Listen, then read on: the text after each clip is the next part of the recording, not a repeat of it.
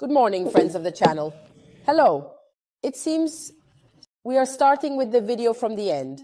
Instead, we are not starting from the end, but today we are going to do a tutorial that you have been asking me for a very long time because I have been finding on the I Love Magic Paint group, our Facebook support group, questions like, I have already painted with Magic Paint 3 years ago, 4 years ago, this piece of furniture. It is still intact, still healthy, but I want to change it. I want to put it in another room. The color no longer fits. I have changed the curtains and this color doesn't fit anymore. Basically, you want to do a makeover because you're tired of the color. Okay, you can do it. Today we'll show how to recolor something you've painted before.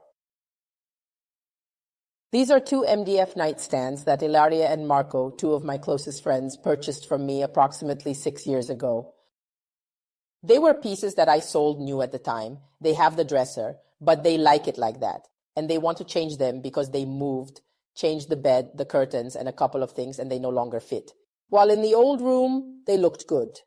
This piece, found in France at a flea market, is odd and unusual. It almost looks like a tabernacle, a very particular piece of furniture. It almost looks like a church piece. I got it for pennies, really. I didn't really pay much for it. It was spray painted, so it was spray painted with a spray gun, so the enamel was sprayed on, and probably the sealant, if they even applied it, was sprayed on. Here I catch a glimpse of some pickling, done with a very fine abrasive sponge. And I have to tell you the truth, it's not a bad finish because it's clean. It doesn't have any drips. It's very simple. It almost looks industrial. But this white color has absolutely I don't like it. It has no character. No. So I will do it for me, and I want to make it exactly the same as a makeover I did a few years ago when my Michelangelo was just 3 months old. So a makeover from 3 years ago, using the same technique because I will put them next to each other. While the 2 of them are 2 bedside tables that will be in this new room, and we will study a makeover based on a curtain. There is a lot to do today. Let's go.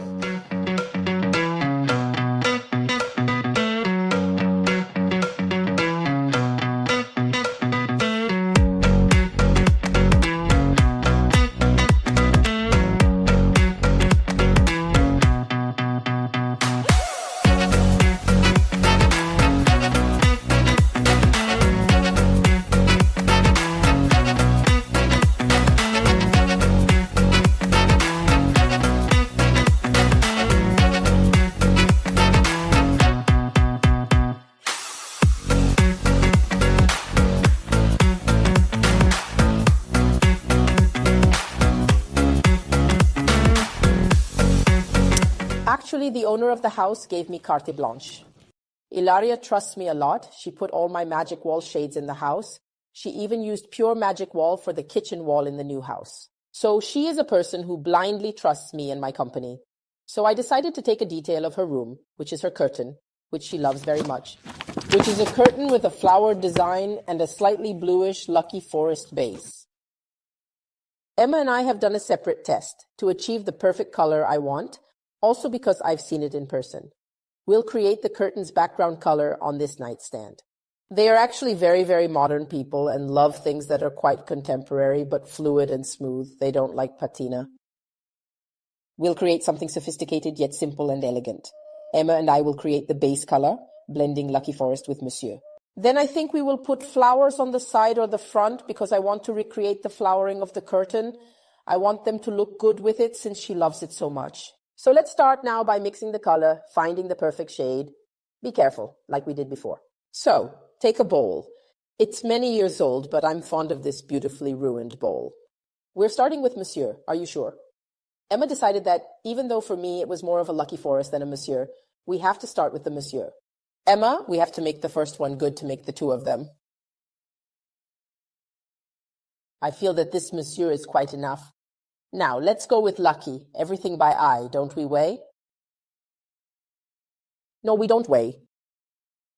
Voilà. We are starting to understand what tones come out. I, who already visually have it vividly pictured in my head, will surely get there. Do you want some more? Definitely, a drop of green, of Lucky Forest. Keep going, keep going. Okay, stop. You know, we may already be there. Can you pass my phone so I can look at the monitor and understand? It might slightly change from the print. Then the trick is also mostly stirring with the brush, because you know that the brush scrapes the bottom well, and so we manage to obtain the perfect shade. Let's zoom into the max. You know, I think it's good. Yes, it looks similar. That's it. Perfect. It should be enough for 2 nightstands, but in my opinion, it's more than enough. Just a tiny issue.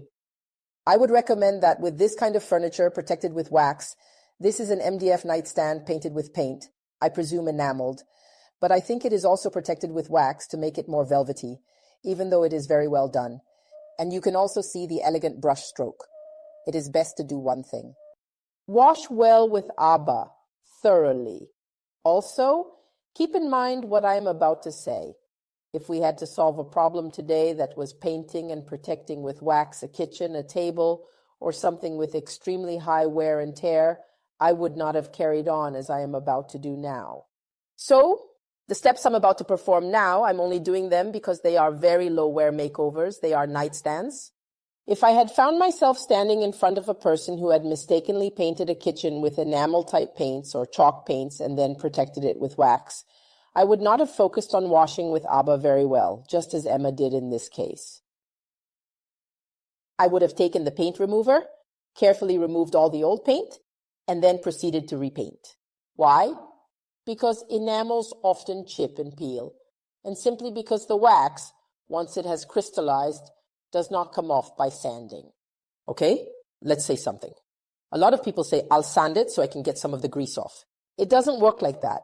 After years, it is no longer greasy, it is crystallized, but the wax is not removed by sanding, and sanding makes it even stronger and shinier. So we are now going to sand, but not to remove the wax, just to remove the lines that have been made in these places, because this nightstand first got a gray base, then some tape with purple, and then some tape with white. I need to remove the grooves of these lines, so I'm going to carefully smooth out the parts where there are lines before painting with my newly created color, okay? But if I had had a kitchen, I wouldn't have washed. If I had had a kitchen with these problems, with wax or high-wear furniture, I'd have used the paint remover. So, let's sand. I've laid the nightstand down, I've taken the knob out of my drawer, and I'm ready to remove this groove that I don't like. Sander, 100 grit sandpaper and mask.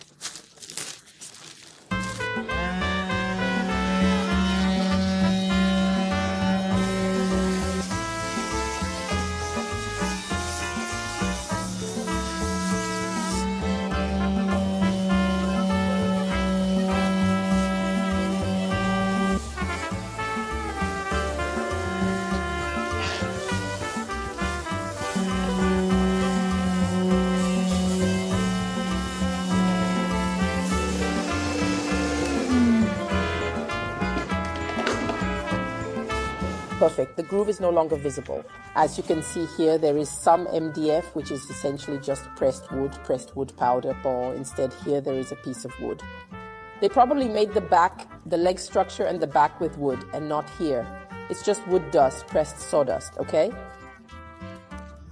Now, it's nice and smooth anyway. I won't see these brush strokes anymore, and I'm good. They won't even be seen once painted.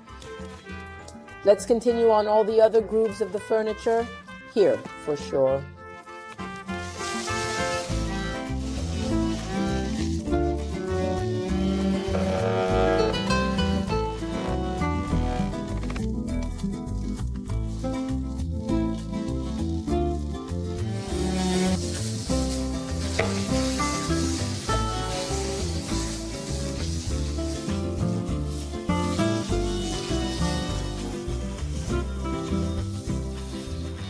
This is the final color.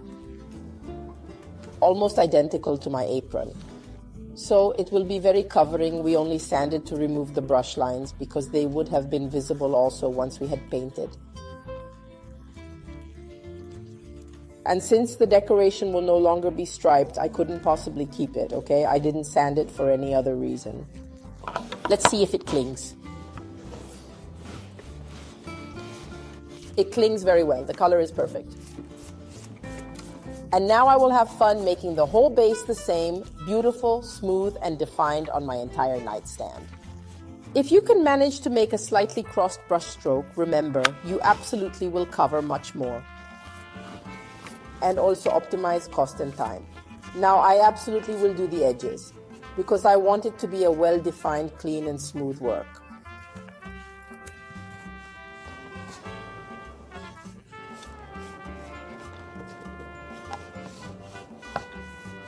Voila, we apply it on the entire surface. Here too, just as before, if you can manage to do a crossed brush stroke, it turns out to be even better on such a highly glossy surface. Okay? Always remember that the crossed brush stroke cannot always be used. For example, sometimes there are very, very absorbent surfaces. Here it becomes slightly more difficult.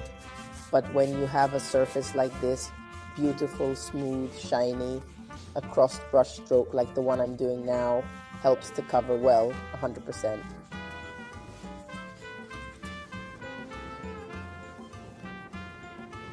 It needs a second coat to get a nice, full, defined color, but I already like it very much. I covered well. I'll do both of them and show you how the first coat turns out after drying.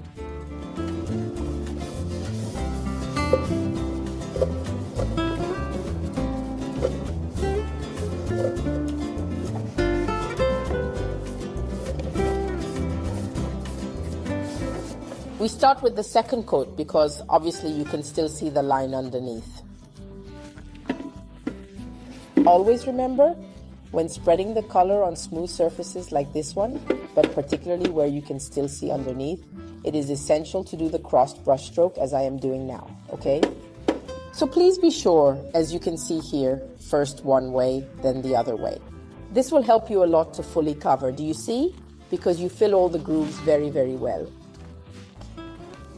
And there you have it. You saw how the line underneath looked before, and you saw that with the second coat we have covered it completely. I always use pure color, especially on glossy surfaces. Today it is essential because, as I repeat, even though I degreased, these were nightstands that were protected with wax at the time. So please always use pure color.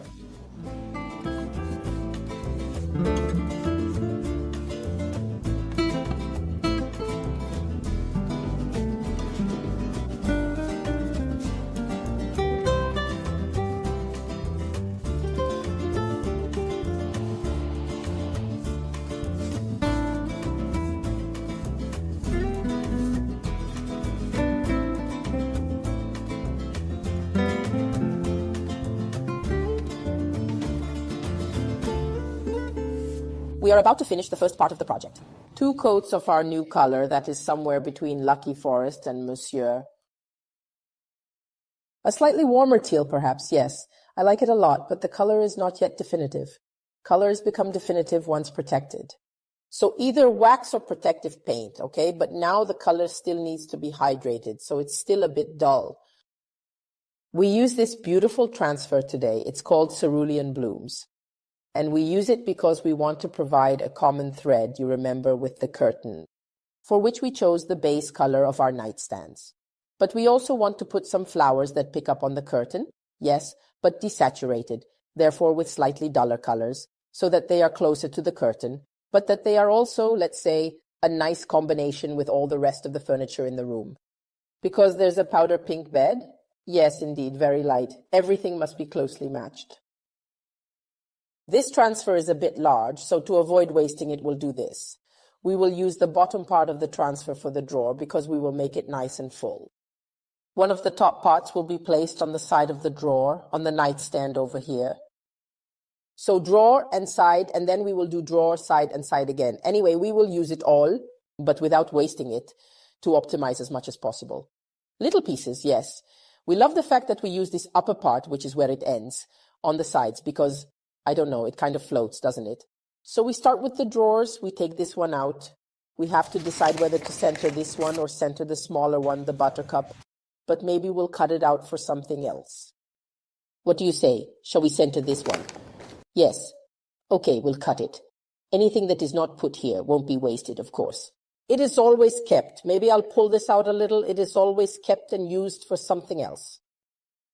This far. Okay, make a little cut here so we can see in the middle. Good. And over here too. We make a small cut to see. I would like this flower to be out.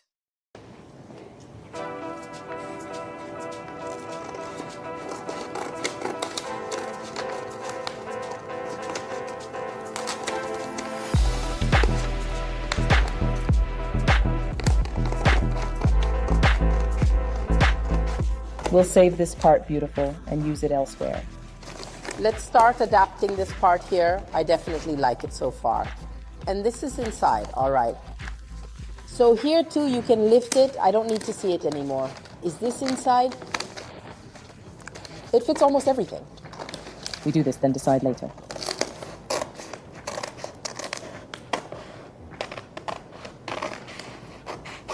Oh, look how beautiful it is with the central flower. I would keep that one, you know? What do you think?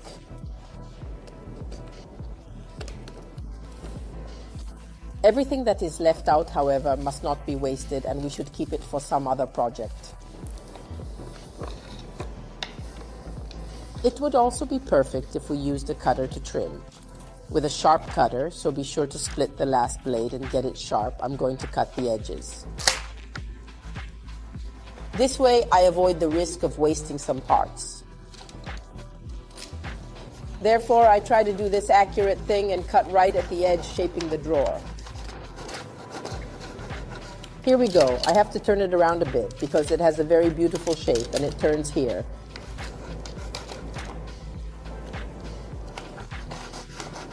You know that we must always limit waste as much as possible.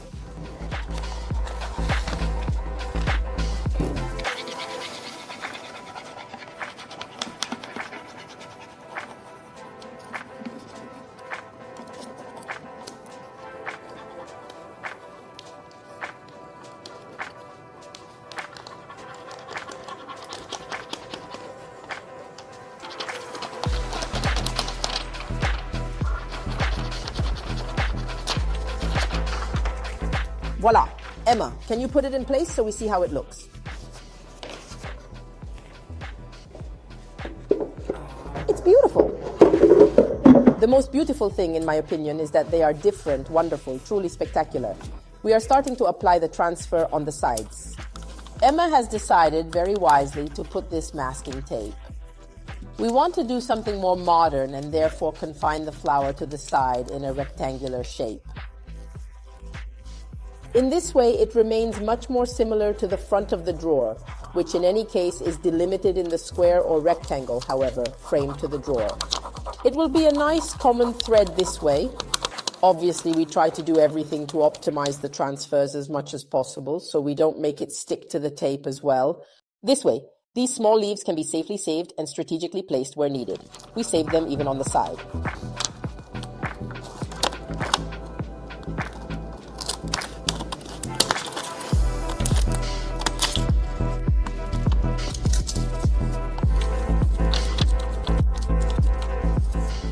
Here it is perfectly attached, and these spared little leaves can be used for other projects. Here I will slightly cut at the edge of my paper tape, so I'm sure the transfer won't come off.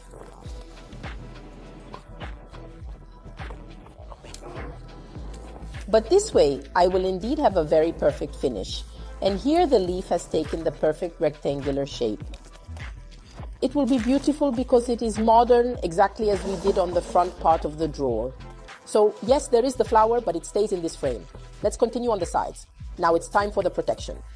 I'm applying the protective paint today, not wax, even though these are nightstands for the bedroom, so wax would be enough. But I want a more modern effect. And the satin finish is perfect for this. One trick, when you are working on dark colors, like black dark brown, the vintage, or a color like this, a warm teal, you should do one thing. Since the furniture has been handled, we put our hands on it anyway, because we applied the transfer, take the microfiber cloth and wipe it. In this way, you will be sure to remove any dust or other deposits lint without removing the color, of course. Why do I tell you to do this? Because it is very important, especially because people think that either you sand to make the surface smooth, to remove impurities, otherwise there is no alternative. Instead, wiping with a damp microfiber cloth is a good alternative as it removes residues and slightly smooths out the chalkiness. Now I apply the protective coat with a Maggie brush, and why do I use the Maggie brush and not a brush like the Elizabeth, like the Demon or the King? Because it's a small piece of furniture, and on small furniture I can easily use a brush that doesn't have a reservoir. Do you see? It's a brush without a reservoir, unlike the King, which has a large one. But I keep a sponge nearby. The sponge you can also use to apply the protective paint. I don't lay it out with a sponge, I lay it out with a brush because I want the brush stroke, even if it's very, very light. This little sponge is absolutely indispensable when applying the protective paint on supports that have little legs, many corners. It's fundamental. This method helps me to avoid drops, drippings, or anything else. So I proceed beautifully and peacefully. I spread my protective paint over the surface, you see, without worrying too much about whether or not I can see the brush stroke and the spreading. Like this, nice and smooth, okay? Now, obviously, I make everything perfect with a gentle stroke. Do you see how I use the Maggie? I use this brush gently, almost like a caress. And then, when it's time to check the edges, I wipe them with the sponge. I look for any drip. And I don't actually have any kind of brush stroke, but the sponge also absorbs any accumulation. So it will be much easier not to make any drops. See how precise I am? And there you have it. The brush is not jealous of the sponge, don't worry, so always keep it, this sponge, if you genuinely love perfect smooth things, if you adore perfect finishes. Always remember one rule, however. When applying protective paint over the transfer, never apply 2 coats. If you had wanted to protect this nightstand with 2 coats of protective paint, you should have first applied the protective coat, then the transfer, and then a second coat of protective paint. Why? Because if you apply 2 layers of protective paint on the transfer, the first one protects. The second coat will moisten the first, and it will lift the transfer because the glue is very thin, so it detaches and peels off, okay? So yes to the protection on the transfer, but 1 coat. If, on the other hand, I want to intensify the protection, in this case I simply need to apply a second coat on the top, which is the most used part, the one on which in the evening you put your mobile phone, keys, in short, utility things. So we protect the rest of the furniture with just 1 coat, while on the top I'll apply 2. Even here, you see, I carry one peacefully, fast. I don't worry about doing or not doing drops. I go around my knob so I don't ruin it. But one important thing that you need to understand is that if you always keep the white sponge close, which has an incredible softness, you won't leave marks. It's much easier to protect avoiding marks.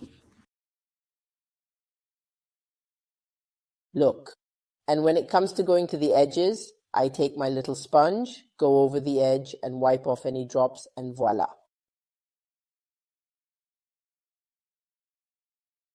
My work is nice and precise, okay? So if you're into perfect makeover, smooth, perfect protection, you need the right brushes, you need caution, but take the sponge because it helps you not to drip. We are now halfway through the video because the first makeover, meaning recoloring the already colored nightstands, is done. As you can see, they are still slightly damp. In some places they are shinier and in others more satiny because they are still drying. I put them aside and dedicate the day to the makeover of this beautiful piece. Hopefully it will come out perfect like another piece. You will find the link below. You can see it again. I was very small, young, and pretty. Only 2 years, but a lot has changed. Hopefully, even if we use different techniques, therefore different procedures, we will be able to achieve the same result as I did in that makeover. Shall we start with this beautiful furniture? So, having a light base, we are going to take advantage of it. We are not going to make another clear base, but we'll start with half of the work done in the other tutorial with some additions. It's been 2.5 years, we can't repeat the exact same process. So now we take our furniture, we lay it down, we work horizontally because we're going to use powders. We're going to spread the craquelé all over, much more strongly. And then we're going to use salt and magic star to create texture. So we clean the table and lay down the furniture. Emma went outside for a little while with the drawer because it wasn't sliding very much, so she went outside to lightly sand the guides. It's clear that over time it has absorbed moisture and swelled slightly. So I begin our project. Craquelé.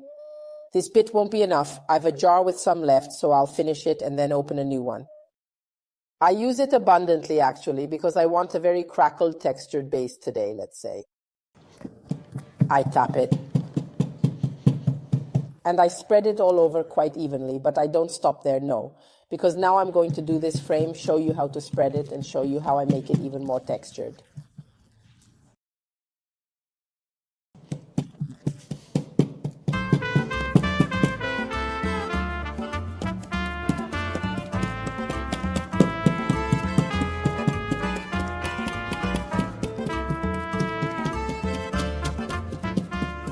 On this rectangle, I've already applied the Craquelé liquid. Now in this glass, I've got a bit of salt. I'm going to lay it down like this. That way the Craquelé will dry and pull down the salt. Okay, the Craquelé is not liquid, it's a gel. And so by drying it, it pulls down the salt. However, I also add a bit of Magic Star powder. This powder helps even more in the next step with vintage rose to have a textured base. We always make use of the Craquelé gel, which, as it dries, makes this powder transition its own on the surface. Now, Emma, help me with an oval brush, a 50, 60, whatever you want, and help me spread the gel Craquelé all over the surface. If you want to help yourself, you can also spread the gel on the surface, let's say a little abundantly, like this, and then go right behind it like this, tapping. I strongly advise you to tap. Why? Because the Craquelé takes a different shape. The crack from the gel actually takes a different shape depending on how the Craquelé gel is spread or tapped. So a crack that comes out of a tapped crackle is a very realistic crack. It is not the classic big artificial crack. So I suggest you keep tapping like I'm doing.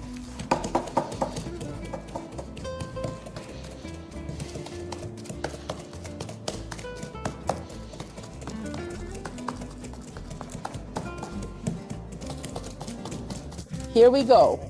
Don't wait for it to dry. Let's apply it on a small area and continue as I showed you. Salt and powder.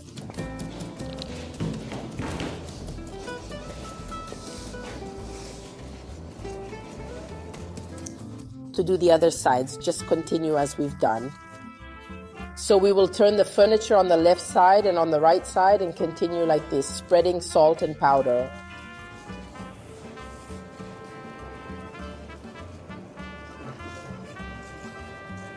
It's time to apply the color, vintage rose, because at the time this piece of furniture was vintage rose, and so, no, the other video was vintage rose and now it needs to be finished exactly like the other. I will put a teaspoon of thickening powder just to give it a slight texture, but a little because the furniture is already very textured. And we use the pointed brush. Why do we use the pointed brush? Because you have to go deep into the decorations. That's our feature today, so you don't brush too many times. Why? Because otherwise we take away the Craquelé and instead we want to have a nice velvety surface, applying one coat of vintage rose and covering it perfectly because the Craquelé has to do its thing. But by moving, pressing and brushing over it, we remove the Craquelé and you won't achieve the result. This might be why sometimes it didn't work for you.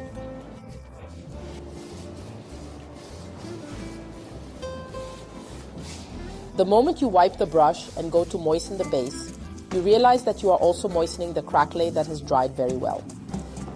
That moistening could actually cause us to take away the gel, so you have to be very careful. Rather, I'll opt to keep it a bit thicker, you see, and don't go over it again.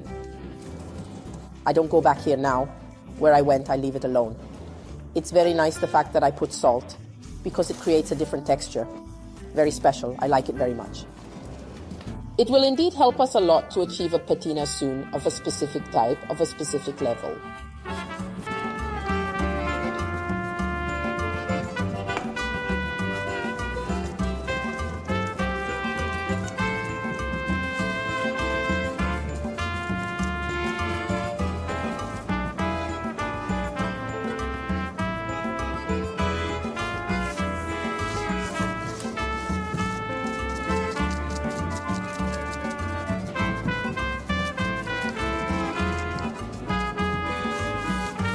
The vintage rose is always very, very beautiful.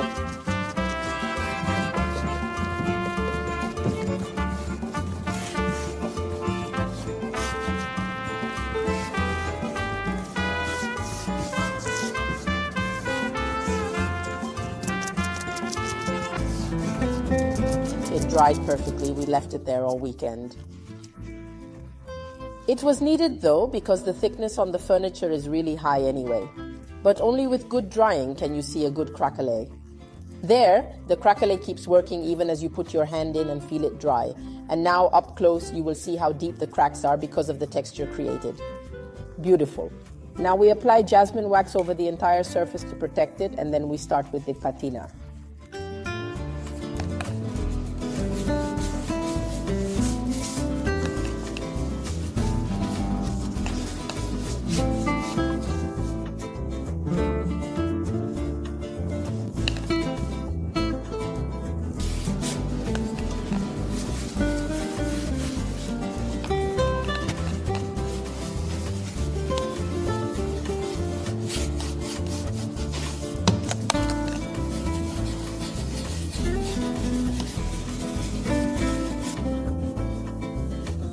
For me, it begins one of the most fun steps, because bringing out all these little cracks, the moldings, and the texture provided by the salt and the thickening powder is really a lot of fun.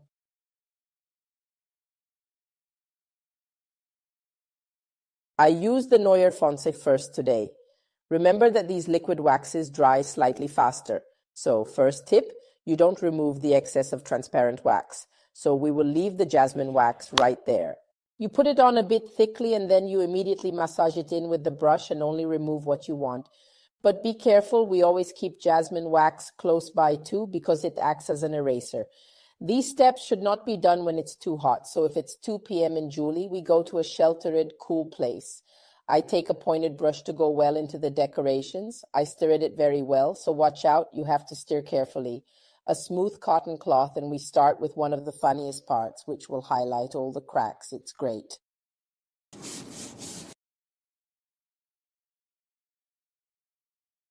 So, I strongly recommend you run some tests to truly understand what you like and how much you enjoy dirtiness, okay? And we remove the excess right away. If you see that you have smudged too much, beautiful, look how the cracks come out, that's exceptional.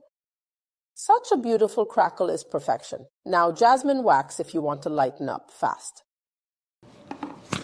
Just a quick wipe and you're good. See?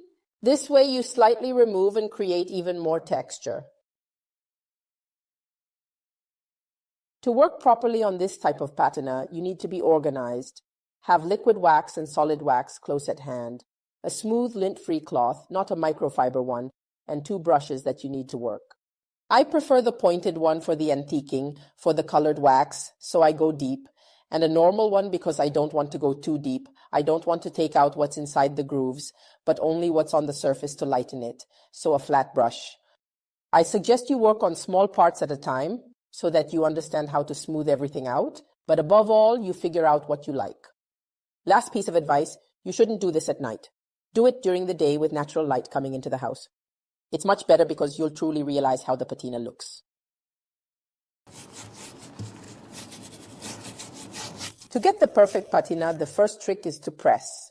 I see so many people who make beautiful patinas, but they always stay on the surface because they don't push with the brush, they don't go deep enough. Do you see how I insist? Here, this is one of the first tricks. If the patina stays on the outside, it is not deep and therefore does not fully antique where it should. Dirt doesn't stay on the surface, it goes deep. Actually, it's ugly to call it dirty. This is patina. It is a different kind of concept, but you get what I mean.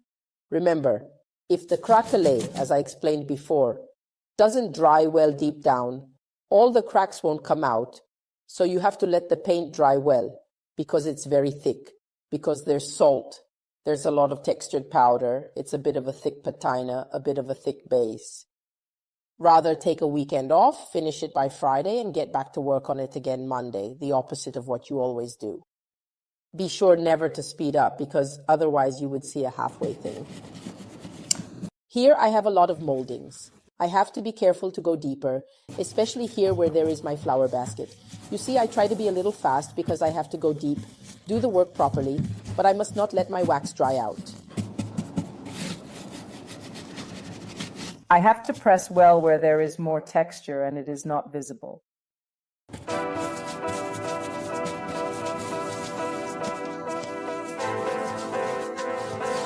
Now I want to lighten up this part, of course, because I went well deep, but I have to lighten it up a little.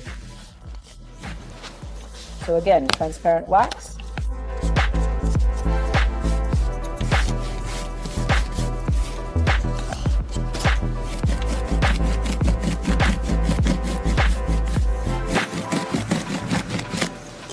And now I go slowly to work the surface, removing where I want.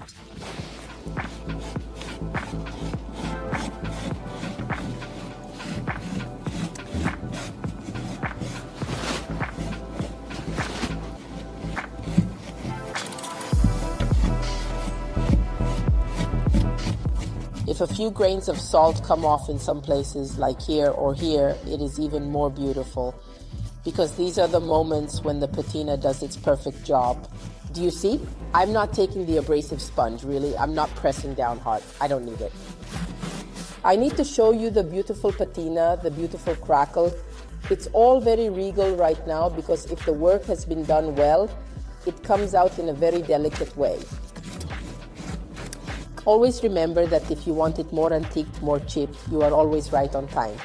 You can always take either the pleasure tool or a chisel or even the abrasive sponge if you like it. It's okay.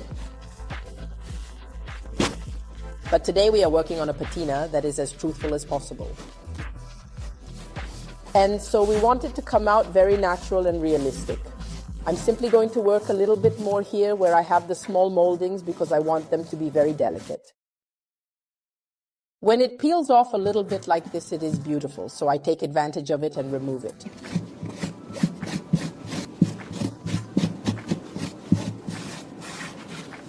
The parts I love the most are always the ones with the craquelé, the more antique ones. And here where there is the molding, it is wonderful in my opinion. Moreover, it's fresh.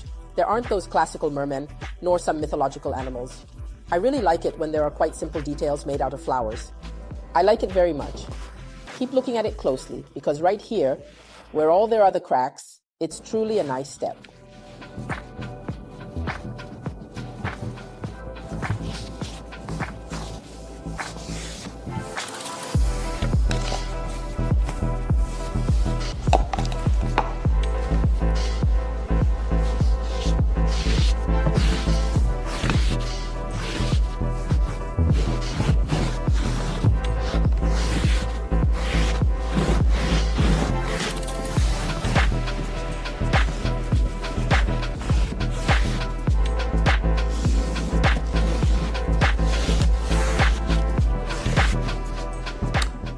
I will continue over the structure, and in some places I will also bring out some of the underlying clear base.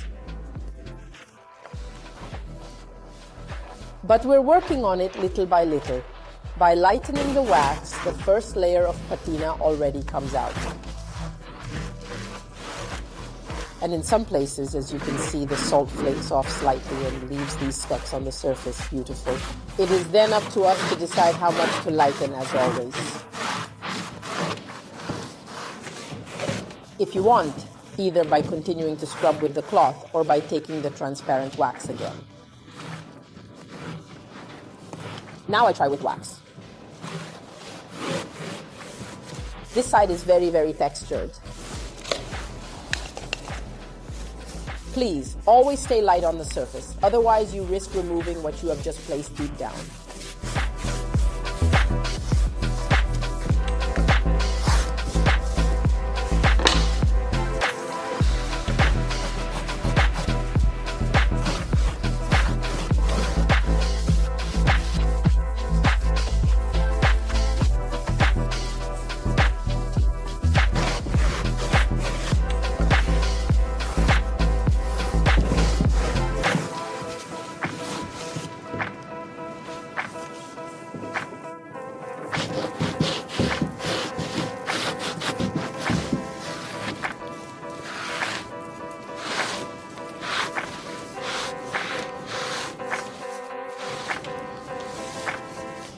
In some areas, now that the patina is still very soft and not yet finished, we will still have some more steps to do.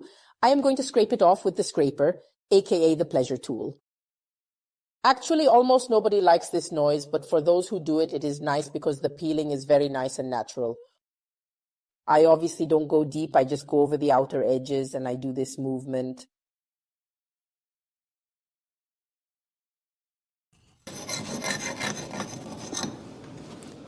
I do this because it is a tool that only scrapes off some spots and therefore creates this patina that is a little worn but not too much. Then it has different angles, as you can see. In some places it removes more, in others less, and you manage to achieve this effect, which, among the antiquing of the wax, the craquelé and the texture, is extremely enjoyable, very lovely. Look, I proceed just a little bit further here where I have the outer part. And of course, the great thing about this patina today is that it comes out in bits and pieces. It is precisely because salt scrapes off. If we had made a classic patina without putting salt in, it wouldn't have come out like this. I also really like this step because it brings out, again, some of the base color and thus also lightens a bit the final color.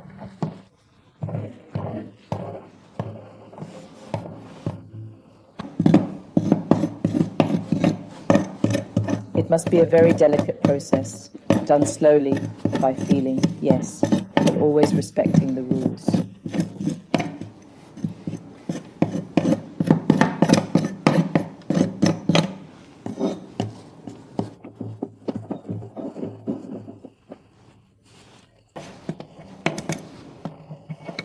When doing this patina work, I suggest you always stand back and watch it from a distance as well. Because when we get stuck in one spot and don't look from a distance, we don't really understand how far we have come with the antiquing process.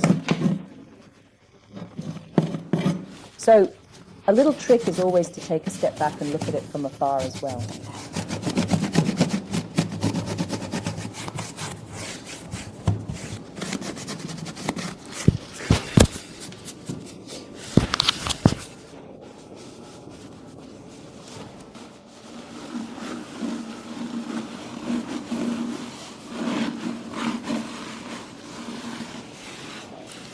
On this top, the texture is extreme.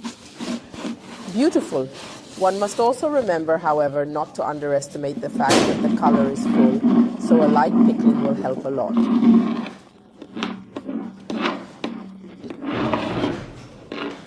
Here too.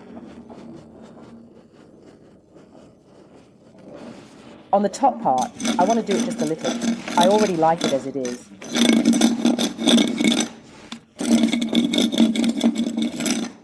It's a shame that this part is high up and can be seen very little. It's beautiful.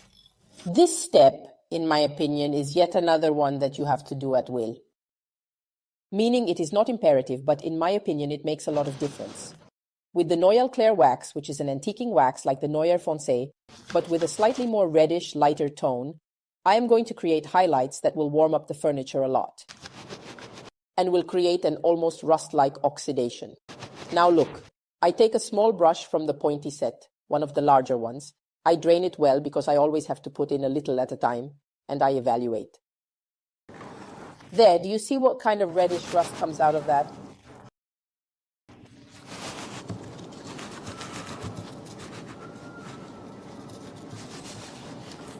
I even go in some spots and press a bit more because I still want the corners full of this oxidation. Then with my cloth, I slightly remove some where I don't like it so that it is not too noticeable and strong. And then I can also dab, maybe by tapping. Can you see how much this slight shade changes the whole context? How it warms, how it ages. It's a very nice combination to create. But it has to be balanced. Don't put this wax everywhere because otherwise you might as well overdo it. It's just a brush, a touch. Good for corners like here.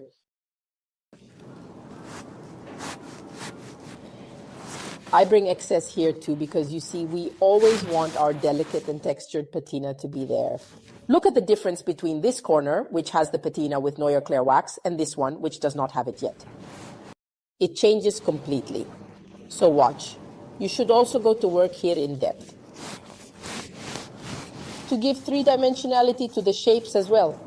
And as before, if there is too much, we remove the excess slightly.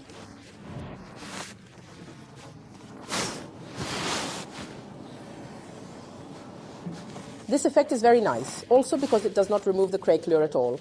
Rather, it highlights it. It truly does antiquing in a very realistic way. Now I also continue on the rest of the frame because I'm going inside. This reddish shade on vintage rose looks particularly good. I will also do it slightly around some of the curls, and this really brings out the moldings.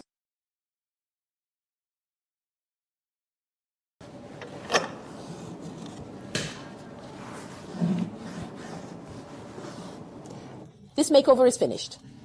Before we set them up, however, we are pleased to show you all of them. Let's recap today's tutorial. It wasn't meant to show you how good we are at making 2 nightstands and a cabinet with patina. It was meant to make you understand how to behave with furniture that has already been colored. What does it mean? Those were 2 nightstands that had been painted with enamel, cementite, I'm not sure, they were purchased, and we had to sand down the part of the lines, remember? Without adding primer, after washing well with ABBA, we painted with pure magic paint. Then we applied protective paint to protect. Here it was different. This was a cabinet that had already been painted, I don't know whether with enamel or something else. The fact is that I didn't make it, I already bought it that way. It was already white, already clear, and it's a reproduction. We created a patina using textured bases made with magic star powder and salt to achieve this very, as well as vintage craquelé texture, which is perfect for patina. So 2 different pieces of furniture, one very smooth and clean, which will have a different cleaning since it is protected with protective paint. The other one, it's a classic piece that should be handled with care since it's textured and protected with wax. What does it mean that you dust, you don't wash? So in both cases, 2 already colored bases and protected but recolored. So remember, the only cases in which you use paint remover on furniture before being repainted is when, for example, a mistake has been made in the process. What do I know? They told you that it was okay to protect the kitchen with wax, and you did it, you painted with color, and then afterwards you protected the kitchen with wax. Well, in that case, it's no good. You have to remove the paint. Or the paint has come off on a table, it's peeling. If there are serious reasons for removing paint, it's always because the base is no longer intact or mistakes have been made, such as the protection used, which in this case is wax. We have also had the opportunity to show you how to recreate a patina. Remember, there is this video that you have to go and look for, but surely it is linked below so that you can see how we have reused the same or almost the same with the addition of salt technique from a few years ago to achieve a very similar result. And we show them together, right? Of course. And then we did a classic makeover to show you that with magic paint, you always get very, very modern results, even when there is already a colored base, even when there is already a style. You can completely change everything. I wonder if we can show you the nightstands in their final environment. Let's see if Marco and Ilaria invite us. Now I'll say goodbye because we're going to set the big pink cabinet, and then I hope to show you the set nightstands as well. This makeover is also finished, or rather half makeover because we'll set the other half in a bit. I placed this furniture here in my house next to the old vintage rose one, a piece I did more than 2.5 years ago. Actually, it is more unique because it is more textured. This was slightly smoother because there was no addition of salt at the time. We simply put the magic star. I hope you will also go and see the old tutorial. You will find it below because it is also nice to see the evolution, and then you can choose whether you like this more aged, more textured technique or the old, slightly lighter technique better. I really like it, especially because all over the surface I can see craquelure that is always different, always textured, but very natural. It really seems made like this. This piece of furniture seems original. Soon I will show you the 2 nightstands in the room that will host them, and you'll tell me if they're beautiful. I arrived in Turin at Marco and Ilaria's house, and I placed the nightstands. Ilaria hasn't seen them. Marco has, but often men pay less attention to detail. Instead, I wanted to show you the end of this video, this tutorial. In the room, because you know we had to study the nightstand's shade specifically so it would match the curtain, and it was not easy to do from afar. It was supposed to look good with the luxuriously velvety pink of the headboard, and with the curtain that happens to have a very particular shade of teal. So we tried reproducing the same shade. Obviously it'll be slightly different as this is a hanging curtain and the sunlight filtering through while this is a beautiful solid wood. But the flower colors perfectly match the headboard, the room shades, and the curtain colors. I am happy with it, and earlier I even put it in front of the curtain and it got lost. The nightstand was no longer visible. We were good, even from a distance. Please, if you make this kind of makeover where you have to reproduce colors, try to be as precise as possible, with several photographs and also with a print, because only in this way can you understand if the shade has been matched correctly. This was a big and difficult video, but I am happy to have done it because we showed you how to behave when you have to recolor a piece of furniture that has already been colored in the past. Above all, how to achieve more modern and contemporary finishes for a more modern and contemporary house or something much more classic, even add a patina like you saw earlier in my house. Write me in the comments what you think and subscribe to the channel. This is always very important. Just add an email and subscribe to the channel. See you at the next makeover. Bye.